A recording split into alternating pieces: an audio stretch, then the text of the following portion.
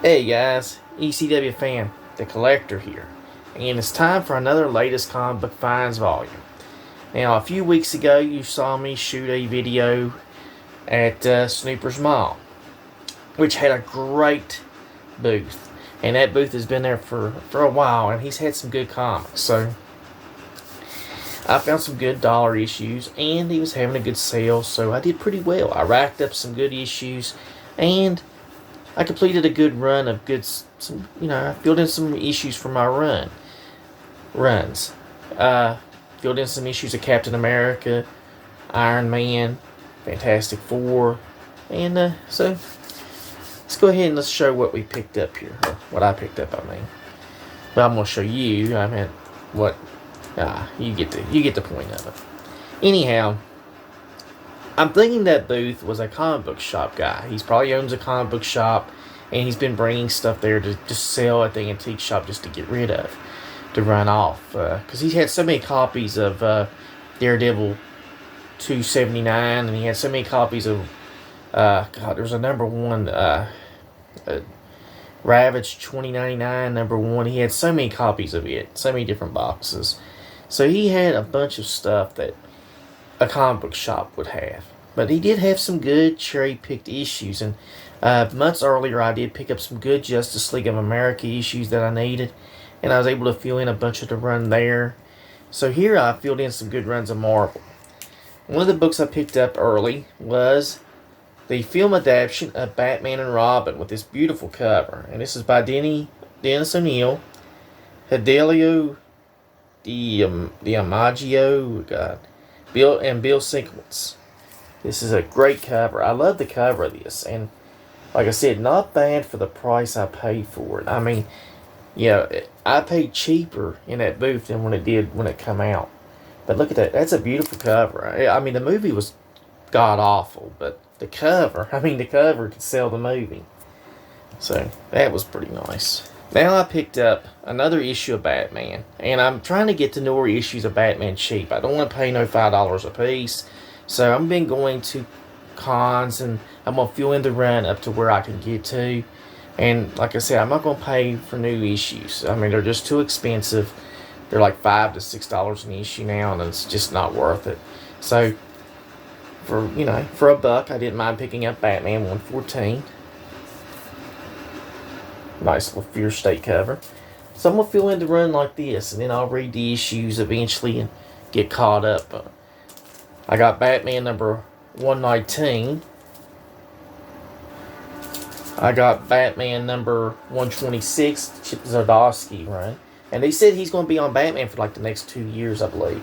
So that's a long time for current time, because back in the day, a writer would stay on the book for a couple of years. And I'll never forget one writer who I will not say, but this really pissed me off. Back in the 2000s, or 2010s, he's like, and he come on a title and said, "Hey, I'm gonna be staying there for a couple of years. I want to do a Mike Grail type run." And I was like, "Oh my God, this guy wants to stay 80 issues." I said, and his run really was starting good, and within 10 issues, he was like, "Well, I'll be leaving this title soon." I was like, what happened to the bragging, "I'm going to stay 80 issues"? What the hell was that? I mean, it's just, stuff like that just irks you with current writers nowadays. It's like, you make an announcement, you want a long-term run on a book, and then you're like, within like 10 or 12 issues, you're thinking about, "Oh, well, it was a good run, but I'll be leaving soon." I'm like, I don't read much modern comics anymore. I mean, a lot of us missed the runs that we used to get Roger Stern or Walt Simonson on Thor or Chris Claremont on that X-Men. Nowadays, you're just lucky to get 10 issues out of a writer. Now, I went back to the past on this one. I picked up Iron Man number 309, issue Iron Man 309. I needed this one to fill in the run of Iron Man. This is right before the, I think this is the Terry Cavanagh run. This is when they're getting ready to do the Avengers, the Crossing. This is like so many issues before the Crossing was done. I picked up Fantastic Four number 364. I picked up Fantastic Four number $3.59. Though I didn't pay that price for it. It was cheaper than that in that booth. $3.59. And this is I don't know who Devastator is, but this was just a fill in the run of the issues of 300s I needed. And I got Fantastic Four $3.57, which again is not the same price. That's not the price I paid for it. But it's really amazing to think that I paid what cover price is back in 1992 or 93 for Fantastic Four. And that's really cool. In essence, to find a booth that was charging cheap, good back issues in the 80s and 90s. I mean, there's a lot of people that try to charge way up there, and it's just crazy, man. Now, I picked up a lot of good Daredevil. I actually picked up a nice mini-series of Daredevil that you're going to see. I picked up Daredevil number 336, which I needed to fill in run. Like I said, there's no real keys in this haul. It's just basically fillers. Just filler issues to fill in runs. And Daredevil 336. And I think I need a couple issues in the 330s, and I'll have a complete run all the way back. It'll take me all the way back into the 100s. Like I said, I've got a majority of Volume 1 of Daredevil, which is really good to think of, Now, nowadays it's just weird that they've relaunched the book so many times, but the original first volume of Daredevil was 380 up to, 380 it was 100 to 380. My mind is just, it's late. I was thinking Tales of Suspense, no, Daredevil started at number 1. My mind is just screwed up right now. I got Daredevil number 334, which is a nice little issue here. I like this, the Humanity Fathom arc. I think I need to get to finish that arc, and that'll probably be the one I need to get Daredevil into 300s all done. I got Daredevil number 277, and this one was the hardest one to find for me.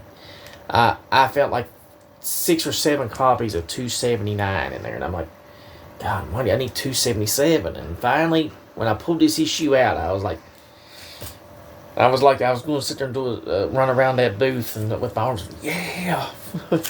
Yeah, but I finally got it, Daredevil 277. And this is the Anaceti run of Daredevil. There's a lot of weird stuff in that Anaceti run, and it's become more applauded now over time. But when she first took the book, I don't think anybody really liked it as much because she's coming off Frank Miller's Born Again, and anytime you replace Frank Miller, you're gonna have a lot of people not be happy with that. They're not gonna, you've really got to knock it out of the park, and her run was completely different.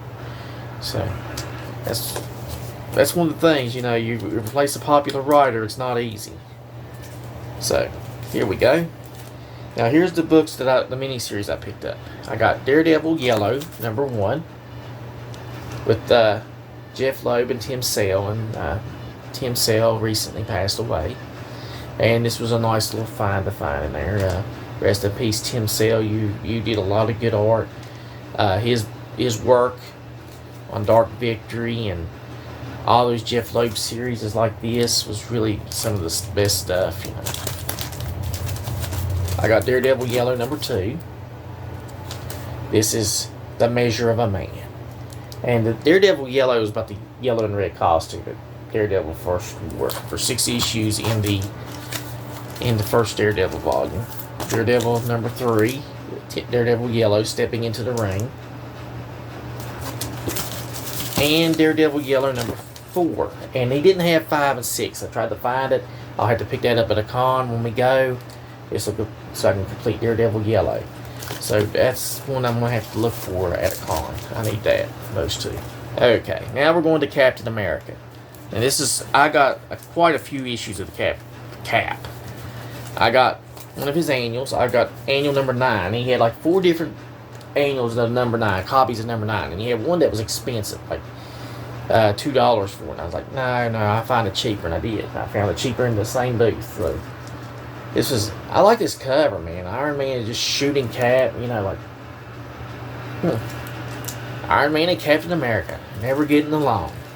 I got Captain America number 381 with Cap and Diamondback. And that's a relationship that didn't really last long in the comics. Cap and Diamondback. She was introduced. She was a villain when she first appeared. If you don't know who Diamondback was, I think she's part of the Serpent Society or Serpent Squad. I'm not really up to date on Marvel's villain groups that good, but Cap had her go straight because when she get with Cap, when she got some of Steve Rogers, she went straight there, and when he died, she basically her relationship was phased out, and Sharon Carter became the woman for Cap for so many years, and we can credit Mark Waid for bringing her back. But yeah, this one was I don't know if she's a good guy or bad guy now. I know that they changed alliances so much in Marvel.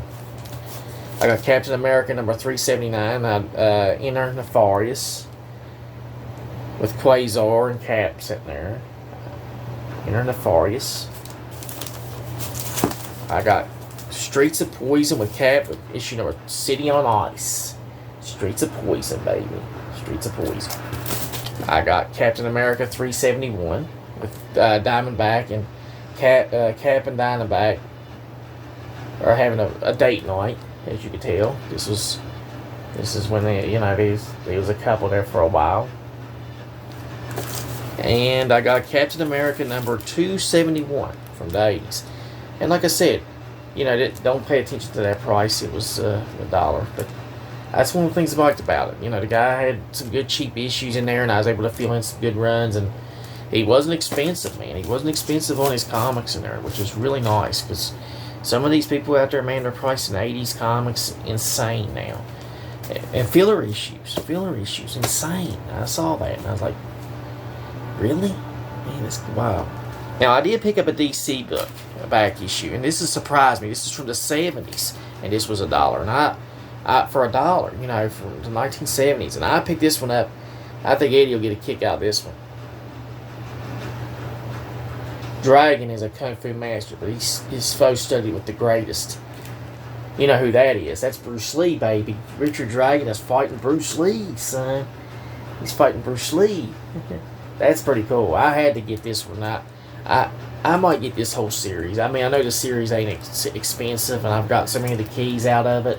I got the first Bronze Tiger and Richard Dragon and the First Lady Shiva, so getting this would be kind of cool. I picked up a newer book, which I'm shocked I didn't put with the Batman. It was Detective Comics 1050. Detective Comics 1050. Look at that cover. It's kind of cool. I really like how they drew the art in this. I mean, my God, man, is that a photo? It looks like it's a photo. Is that a photo? Look at that bottom. It looks like a photo deal. If somebody drew that, man, they're better artists than. That's just wild with art. I picked up a Vertigo series. I picked up Neil Gaiman's Neverwhere. I liked how this first issue ended, and it was very, it's by Mike Carey and Glenn Fabry, and I really like that first issue. And I'm like, I like to read this series. I like to see if it's as good as the first issue, because it was really weird. But I gotta pick it up. Now we're going back to Marvel. I picked up The Mighty Thor number 390 or 386. 386. The Mighty Thor. And then I picked up The Mighty Thor number 397. 397, when he's facing Grog, the God Crusher. Grog, the God Crusher. Yeah, that's pretty cool. Like I said, some pretty decent issues from Marvel and DC. So, okay, now we're back. And I picked up some issues of Hellstorm, the Prince of Lies. And Damien Hellstorm is the son of Satan. And I went ahead and picked up this series because I wanted to get, the Warren Ellis run. And Warren Ellis wrote the book, I think the last 10 or 12 issues, just to write it out. And I picked up issue number 17 of Hellstorm. I picked up the issue number 18 of Hellstorm. I picked up issue number 19 of Hellstorm. That's a wicked cover there. And I picked up the final issue of Hellstorm, which I've never seen. This is the first time I've ever seen it in a booth, and this actually come out of the other booth for $1. So there we go, Hellstorm number 21, final issue. So yeah, it was kind of nice to find these Hellstorms in there. I just need to. I wish he had 20, and that would have gave me the run at the end, because I got 16 up to 21. So that would have been kind of a nice. I've got 16, but it would have been nice to have all the way to 21 at the end. But I'll find 20 at a con somewhere eventually. Now, one of the last books I picked up, and I picked this one up just for I saw it in there in that dollar booth, and it's from He Said, She Said Comics, and they only had 6 issues out back in 92 or 93. He Said, She Said had some weird stuff. He said one of them was with Woody Allen. I can't think of it, and there was 2 of them focused on OJ, and I picked up the OJ Simpson story on this one. This one was you got Nicole Brown up there at the top, OJ. Then you got the Nicole Brown story on the other side. So there you go. You got OJ and Nicole. Yeah. The juice, baby. There's the juice. That's pretty funny. The juice, Eddie. The juice. Now, I picked up 2 magazines there, and they had a lot of Doctor Who magazine, and God, if my budget could have done it, I would have picked up a bunch of those books. I would have picked up a bunch of those Doctor Who magazines to really go out and get a bunch of them. Because that's one thing I like to collect, Doctor Who magazine and Fangorias now. Those are really nice. But I went ahead and picked up a Starlog, and I like some sci-fi stuff. I picked up Starlog number 243, and this was Mimic the Mutant Insects. They know what bugs you, and yeah. And there's 10 years of Next Generation, and it's kind of unique because here we are. Picard just ended. There's people clamoring they want Star Trek Legacy to have that guy continue the Star Trek stories, and we'll see what happens. But yeah, this was kind of cool. Contact the Nightman, the Stargate, Starlog. I'm sorry. I don't want to say Stargate. My mind's, like I said, it's late. But Starlog ran for, I think, 300 or 400 issues, and I've got the final Starlog. I got it at a con, and it's just basically that the magazines just was fading out, and they was wanting too much for magazines. Back then, the price of this Starlog was $5 a magazine. $5 a magazine. Nowadays, it's 10, 12, 14.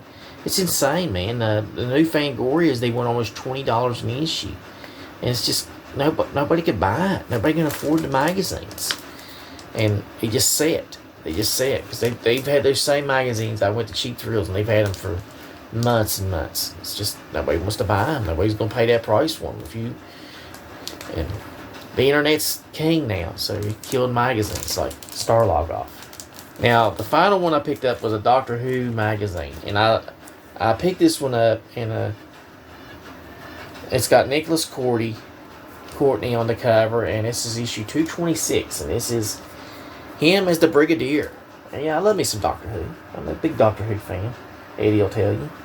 And the Brigadier was one of those characters that would show up in so many stories over the years. And Nicholas Courtney loved doing the character. He was, he would disagree with the Doctor, but he liked the Doctor. They were friends, they disagreed, but the Doctor really loved the Brigadier, and he was close to him when he's on Earth as the 3rd Doctor, and he worked for him. But if anybody never seen it, Nicholas Courtney's character, he died in real life, so they decided to kill the Brigadier in real life, and they had, I know they brought him back in a Peter Capaldi story, Robot, deal. But honestly, I think the best ending was when he goes to call, the Matt Smith doctor calls to, the rest home where the brigadier's at, and she's like, we tried to reach you, doctor. The brigadier, he passed away, and you can see you can see the doctor just, he just he goes quiet for a second because the death hits him, like, I lost one of my friends, I can't think of the saying he would say about 3 shots and, fires shots, and I can't think of the saying, but yeah, I like this. I like Doctor Who magazine. This is something that if I find them cheap, I'll pick up. A lot of the info on stories. I've got so many over the last few years, but yeah, Marvel UK did this. They did this, and they still got it coming out too. It's in the 400s now. But that's my haul. All 33 books and magazines that I picked up. 33 issues. I hope you enjoyed this haul. Like I said, there's nothing major in it unless you count the Brigadier and, well, let's just say Doctor Who key. But I want to thank you for watching and liking the channel. I hope you enjoyed it. And until next time, I'll try to have another latest comic book finds vault.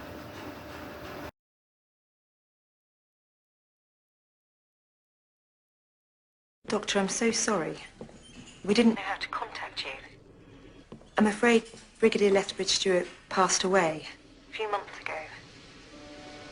Doctor? Yeah, yes. He was very peaceful. Talked a lot about you, if that's any comfort. Always made us pour an extra brandy, in case you came round one of these days. Doctor, what's wrong? Nothing. Just